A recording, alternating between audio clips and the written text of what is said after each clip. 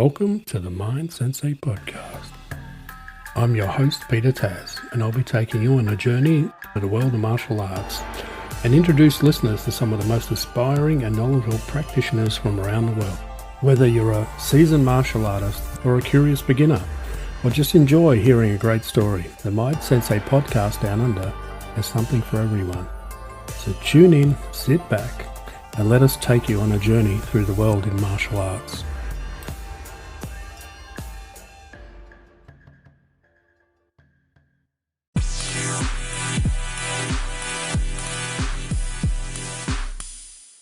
Ladies and gentlemen, first a big thank you for tuning in and welcome to the Mind Sensei podcast, where we explore the minds of the most remarkable individuals on the planet. I'm your host, Peter Tas, and today we have a very special guest, friend and mentor, 9th degree Kenpo master who has dedicated his life to the study and practice of martial arts. He's also a certified instructor in the Filipino Martial Arts, Jun Fan Gung Fu, JKD and Silat, hailing from California, USA. He's none other than Marty Zaninovich, affectionately known as Sifu Z. Sifu Z shares his passion with others by leading them and instructing in the Kenpo System in a spirited, energized way while blending in the cutting-edge Filipino and other arts to enhance the mind, body and spirit experience. In 2003, Sifu Z was inducted into the Martial Arts Hall of Fame as Master Instructor of the Year. Today, he currently holds a 9th degree black belt in Ed Parker's Kenpo Karate under Richard Huck Planas and is a certified instructor in the Filipino Martial Arts, Jun Fan Gung Fu, JKD and Silat under Guro Dan Inosanto, and is renowned for his knowledge and instruction in blending these arts. In this episode, we'll delve into Sifu Z's journey into the arts from his early days as a student to his lineage and his influences and mentors, including his involvement with current day martial arts. So sit back, relax, and get ready to learn from another one of the most insightful and inspiring martial artists of our time.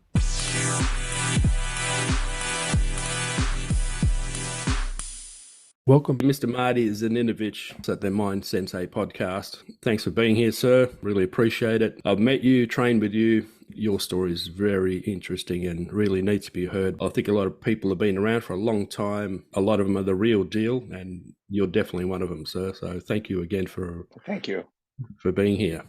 Thank you very much for inviting me on. My pleasure.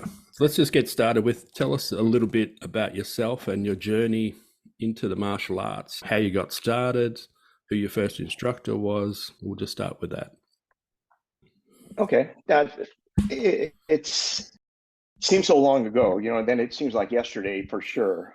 My journey started out probably right around 12, 13 years old. And what I started with was Judo, and then morphed into wrestling. And then I started visiting a few other martial arts schools in the Fresno area in California. Right at that time, they opened up a Kenpo Karate school right next door to my mother and dad's. I had no idea what it was, but I wanted to go over and check it out. It had a kicker on there, and it looked interesting to me. And wrestling was good. Judo was fun, but I had a need for more interactive type growth. And I didn't know exactly what it was, but I know I wanted to kick something, and I know I wanted to punch something.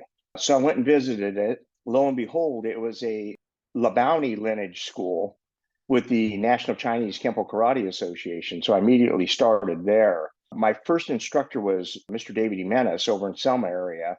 And we had a lot of interactions with Mr. LaBounty, with Mr. Kelly, and the whole group of the NCKKA. And it was an experience second to none for me. It was rough, it was tough, demanding, but very loving and very family oriented. And it was a great start. One of the things I've noticed is whoever's saying all roads lead back to Parker. When you're in martial arts, most roads that I've found, when you're talking to people, they lead back to Ed Parker. What I've noticed lately, talking to a lot of Kenpo people, all roads lead back to Sikung LaBounty, because he's been around, he's been around for a long time. And yes. And David Jimenez, Mr. Jimenez as well. Yeah, so that's very interesting, I sort of didn't know that. Yeah, Sigung was a very integral part in the Fresno area. It was him, Mr. Kelly, Mr. Swan, and Mr. Planas. They called him the Fresno foursome, and that was way before my time. So it's interesting. Pretty cool. I like that, the Fresno foursome. So tell us, your first instructor was Jimenez and LaBounty. Tell us who is your current instructor and how you met him. In Kenpo, my current instructor is Mr. Richard Planas. And the way I met him, I was attending, it was in the early 80s. I don't remember if it was 81, 80, 82. I went to a seminar in Tucson where Mr. Parker was teaching forms 1 through 6. And I participated in the classes, and I really enjoyed it to the max. And I thought at that point in time, it was something that I needed to have. And I loved the energy that was really presented out there. At that point in time, they said I should get a hold of a gentleman named Mr. Richard Planas. And he was in my backyard. Well, my backyard and to where he was at was about 300 miles, 250 miles apart, but that was virtually pretty close. Got in touch with him, and that's how my journey started with him. My first lesson was shortly after the Tucson event in Sacramento at one of Mr. Parker's seminars, and we were at one of the other students of Mr. Planas's, Mr. McCoy's house, and my first lesson was in the park right behind his house where everybody was peeking over the fence, looking at me, and that was quite a humbling, to say the least, but it was good. So tell me, how long have you been training in martial arts for? It's 55 years plus I've been training in it. So I've been around for a little bit. I'll share a little story. You know, we're talking about age, and I was at the Inosanto Academy, and it was last Friday night, just to say the least. And it was interesting. You know, Guru Dan is a Kenpo guy, and he always mentions Mr. Parker and gives him, you know, just credit. And he has me do a lot of forms, you know, in Kenpo to show the differences, you know, from our perspective to the Filipino side and the Indonesian side. And it's quite interesting because, you know, there's not a really set pattern of forms in the Filipino martial arts. In our Kenpo, obviously there is. We're very, very structured.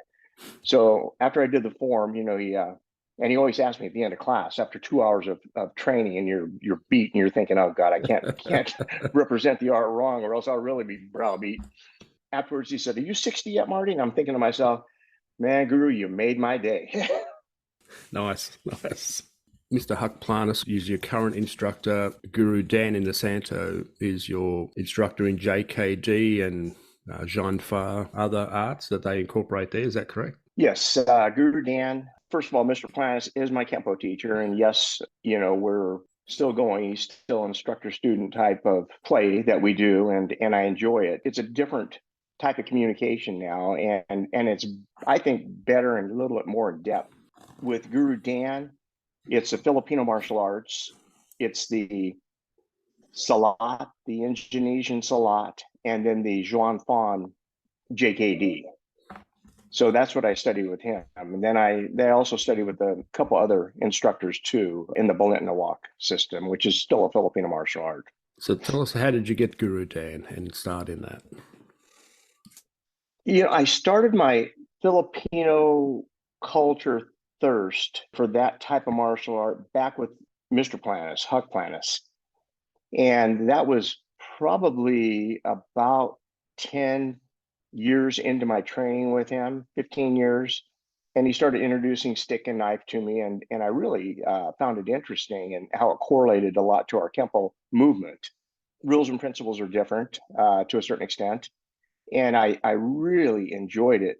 And then I started studying with his brother, Ed Planas, in the Cabawan system. That's under Ramiro Estalila. He's a grandmaster in that system. And that studies went on for several years. And it was always nice going to his mom and his grandma's, because their original home where they grew up was probably about 4 or 5 miles from where I grew up in the Dinuba area, which is just south of Fresno, California. So it was interesting, and there was a nice bond, and you know, his grandma and mother would always come out, and as they're working me over, you know, she'd come in there and say, "Come on, guys, let's go eat some adobo. Leave that guy alone." You know? But it was always funny and always good spirited, and it was a great learning experience. So now you get to pass that on to your students. Leave that guy alone.